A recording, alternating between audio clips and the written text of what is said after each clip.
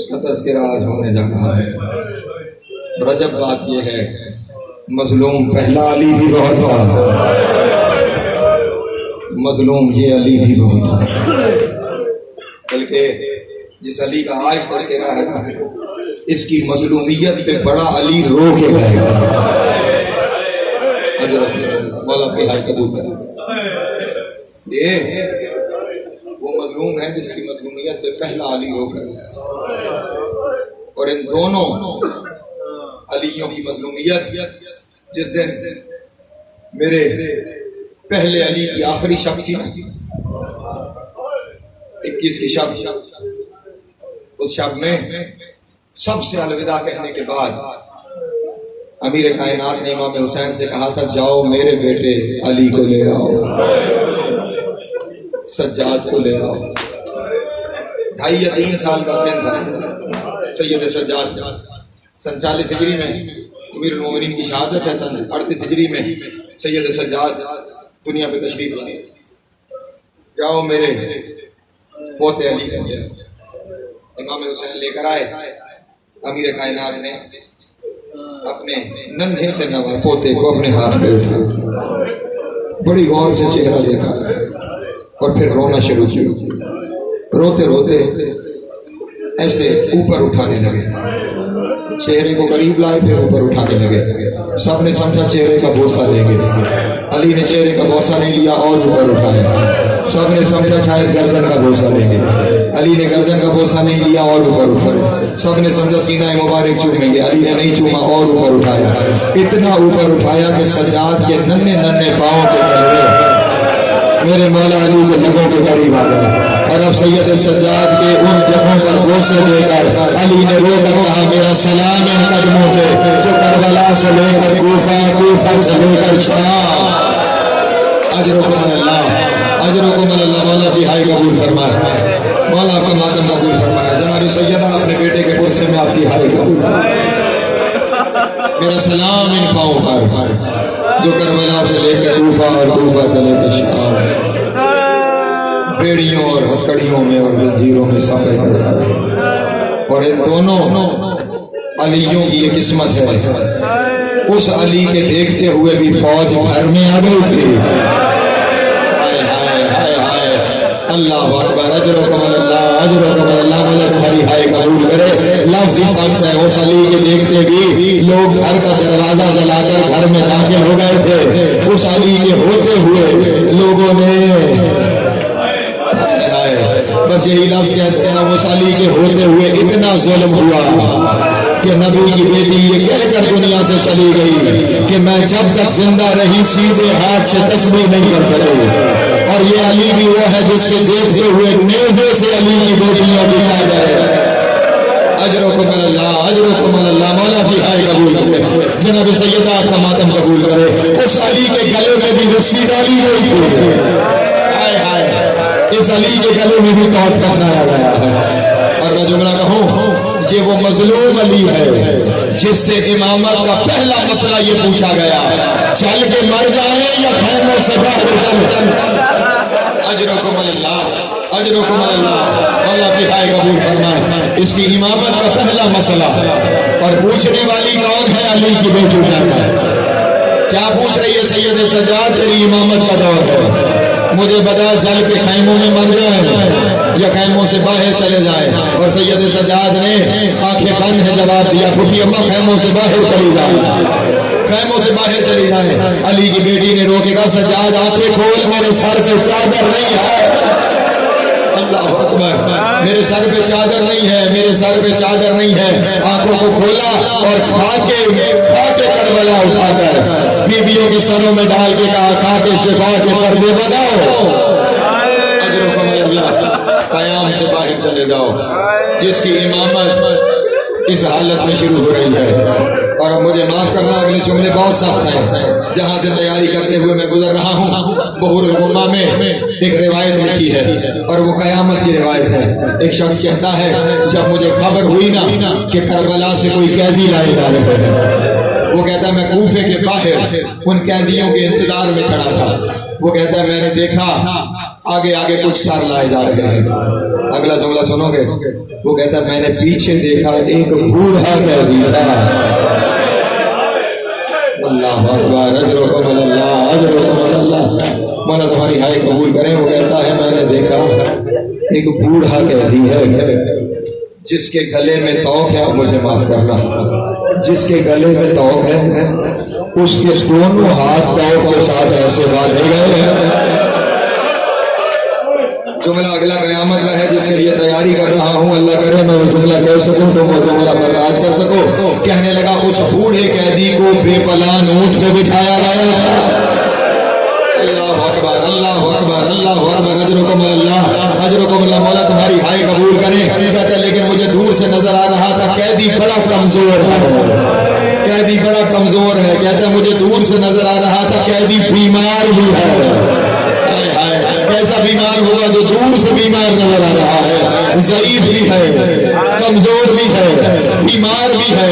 کہتا یہ سارے جملے میں نے اس لیے کہے کہ وہ قیدی اس حال میں تھا کہ وہ اونٹ پہ سنبھل نہیں سکتا تھا. تو ظالموں نے کیا یہ تھا کہ اونٹ کے پیڑ کے نیچے سے ایک رسی بنا کر ایک طرف سے بائیں پاؤں کو مارا گیا تھا, ایک طرف سے بائیں پاؤں کو مارا گیا تھا. اور جب وہ اونٹ کو پھیلاتے تھے وہ قیدی ایک دانے پہ گرتا تھا, کبھی اس کا سر پہ کھڑا ہو جاتا تھا.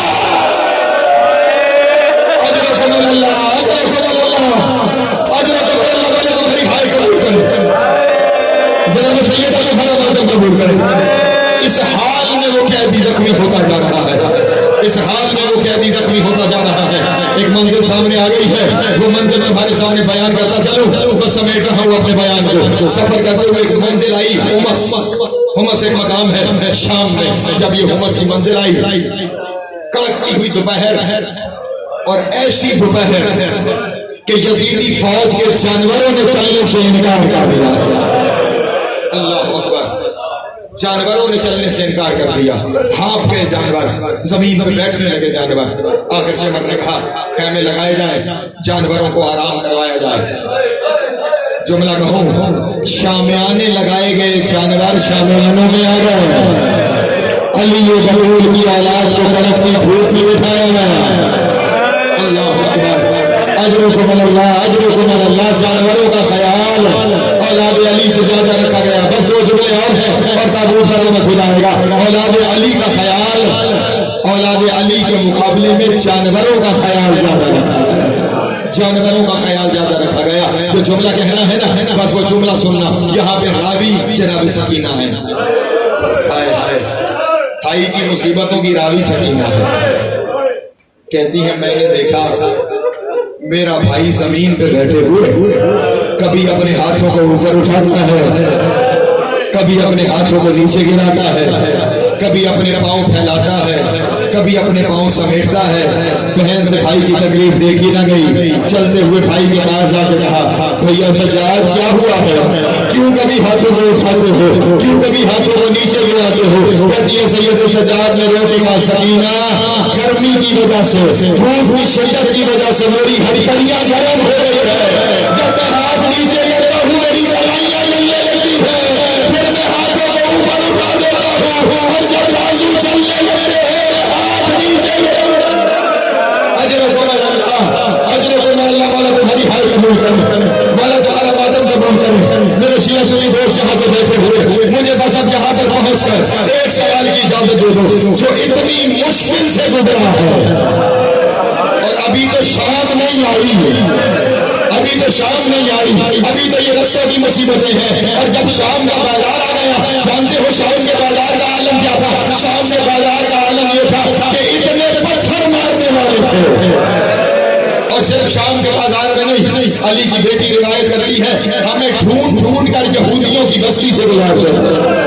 جہاں یہودیوں کی بستیاں آتی تھی ہمیں یہاں سے بلاتے تھے, پھر اعلان کرتے تھے جس نے علی سے خیبر کے بدلے لے رہے ہیں علی کی اولاد پر دوبارہ جائے گا. بیوی کہتی ہے لوگ اتنے پتھر مارتے تھے کہ جب بازار ختم ہوتا تھا میں پہچان آئی سیدی تھی سجاد. اجرکم اللہ اجرکم اللہ. مولا اپنی ہائے قبول کرے, مولا اپنا مردم قبول کرے. اور ادھر شام کے بازار کا حال سنو گے. شام کا بازار آیا, شام کا بازار آیا. ابھی بازار شروع نہیں ہوا تھا، بازار کے باہر قیدیوں کا قافلہ کھڑا تھا، راوی کہتا ہے آزان ہو گئی، ادھر آزان ہوئی، جملہ کہوں جنہوں نے وضو سکھایا انہوں نے بغیر وضو کے نماز شروع اللہ اکبر اللہ اکبر، مولا میری ہائے قبول کرے، مولا میرا ماتم قبول کرے۔ اللہ جملہ سید سجاد نے اللہ اکبر کہہ کے نماز پڑھنا شروع کر دی کہ میرے سید سجاد ابھی ربیع میں پہنچے تھے، نکالا پڑ گیا کہ قافلے کو چلایا جائے، سجاد ربیع میں بھینسے پر ڈالیاں لے آیا، وہ ڈالیاں لے مارتا جا رہا تھا، سجاد سبحان اللہ اکبر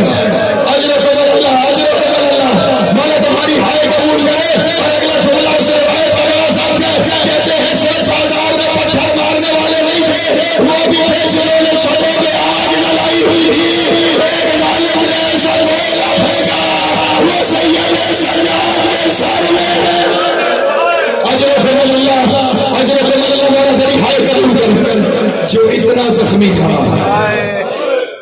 جو اتنا زخمی تھا، اب سارے مل کے مجھے جواب دو، ضرورت تھی کہ اسے زخم دیا جاتا؟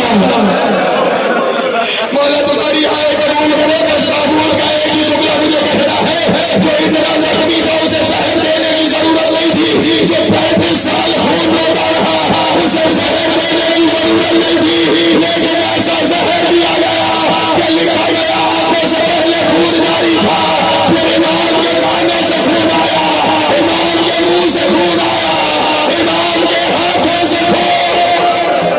اجر و فضل اللہ، اجر و فضل اللہ، مولا تمہاری ہائے قبول کرے، سامنے جملہ ہے تابوت بیان کرنا اور تابوت برآمد ہو جائے گا۔ یہ خون آنا شروع ہوا، خون بہنا شروع ہوا اور سید سجاد کی روح پرواز کر گئی، سید سجاد کی روح پرواز کر گئی۔ لیکن اب میں جملہ کہتا ہوں، میں جملہ کہتا ہوں، اسے جملے پہ تابوت برآمد ہو جائے گا، مجھے معاف کرنا، جملہ بڑا سخت ہے، جملہ بڑا سخت ہے۔ سید سجاد کے سارے جسم سے خون جاری تھا، سارے جسم سے خون جاری تھا، سارے جسم سے خون جاری تھا، جو خون روتا رہا اس کے سارے جسم سے خون جاری تھا، اور اب غسل لیا گیا اور کفن پہنایا گیا۔ جملہ سنو گے، میں نے بہت سی مصیبتیں علی کے ساتھ بتائی ہے کہ اس علی پہ یہ مصیبت آئی، اس علی پہ یہ